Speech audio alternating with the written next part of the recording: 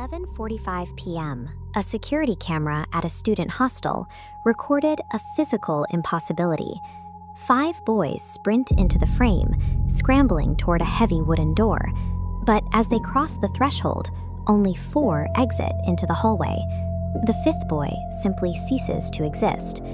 The footage originated in 2021 at an old boarding hostel built beside a dense forest. It was a site defined by its isolation, standing miles away from the nearest town. The administration enforced one absolute rule: the backyard was strictly off-limits after 11 p.m.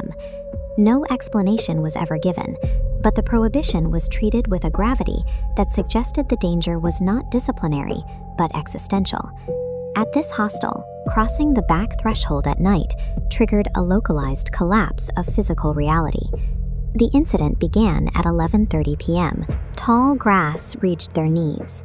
Rusted swings creaked in the wind, and a dried-up well sat near the tree line, barely visible in the dark.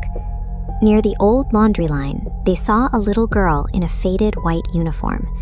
She stood barefoot and motionless, her face completely obscured by long black hair. When they shined a flashlight toward her, every light source in the group died at the same moment. The boys turned and fled toward the hostel, but by the time they reached the door, the group was no longer whole. This timeline maps the security footage. 5 figures enter.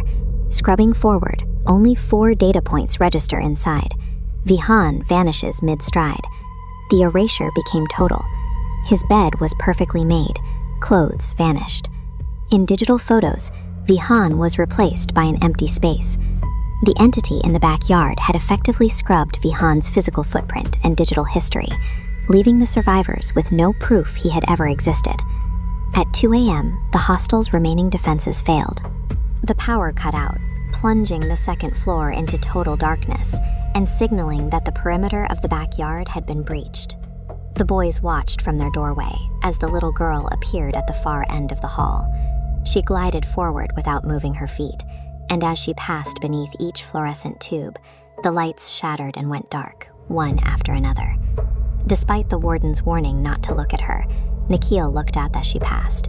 He saw her face, eyeless, with black water running down her cheeks, and as she smiled at him, the hallway light above them exploded.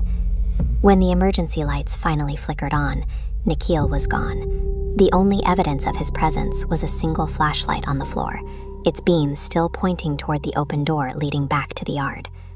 The breach proved that the hostel walls were no longer a barrier.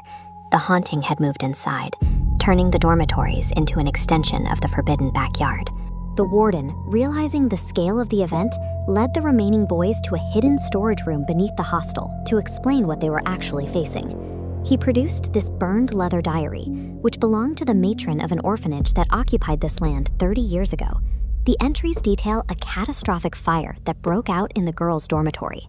The doors had been locked from the outside, trapping the children within the burning building. While most were saved, one girl was never found.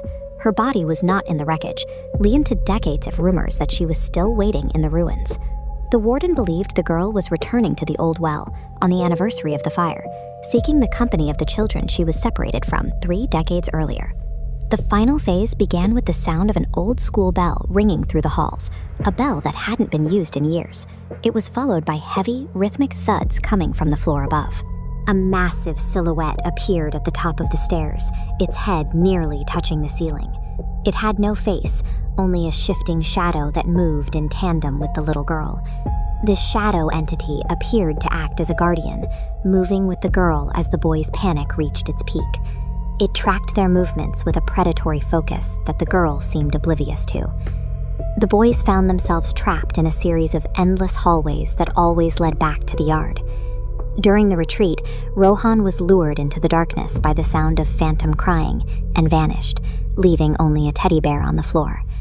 In the rain-soaked backyard, Kabir made a final decision. He ran toward the rusted swings to distract the towering shadow, allowing Arav to reach the outer gate and escape the property. The girl and the shadow worked together. The child provided the lure of a lost friend, and the shadow ensured that once the game began, no one returned home. Arav was the only one who made it out. Shortly after, the hostel was permanently closed and sealed behind a high iron fence to prevent anyone else from entering the yard. The school administration never offered an official explanation for the 4 missing students. To the public, the boys had simply run away.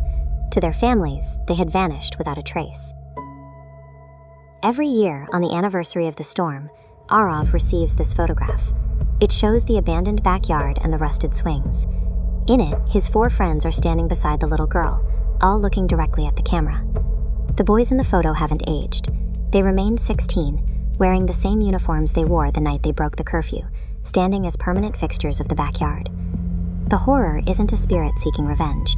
It is the tragic, inescapable loneliness of a child who finally found friends to play with and will never let them go.